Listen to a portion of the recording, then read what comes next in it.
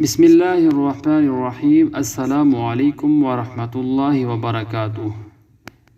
ناظرین، سرکے کو ہزاروں سالوں سے استعمال کیا جا رہا ہے اور بہت آزمودہ بھی پایا ہے۔ سرکہ ایک اسلامی غذا ہے۔ سرکہ انبیاء کو بھی بے حد پسند تھا۔ رسول پاک صلی اللہ علیہ وسلم کی بتائی ہوئی یہ غذا شوگر، کولیسٹرول، کینسر اور موٹاپے کے لیے بہت مفید ہے۔ سبزیوں اور پھلوں سے بنایا جانے والا سرکہ اصلی اور مفید ہوتا ہے۔ سیب اور انگور کا سرکہ افضل شمار کیے جاتے ہیں۔ سیب اور انگور کے سرکے میں گندم یا جو کی روٹی بھگو کر کھانے سے غیر معمولی توانائی ملتی ہے۔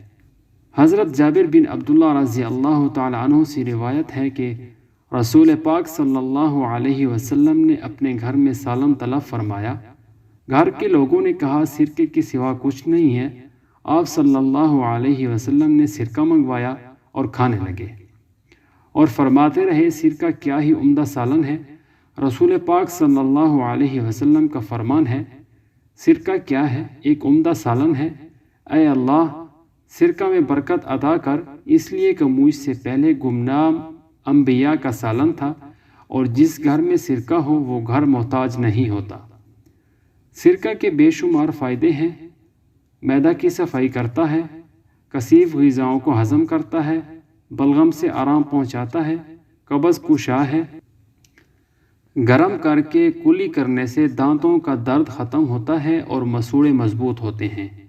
اسی طرح ایک جاپانی تحقیق کے مطابق روزانہ کچھ مقدار میں سیب کا سرکہ استعمال کرنے سے لوگوں میں کولیسٹرول کی سطح معمول پر رہتی ہے۔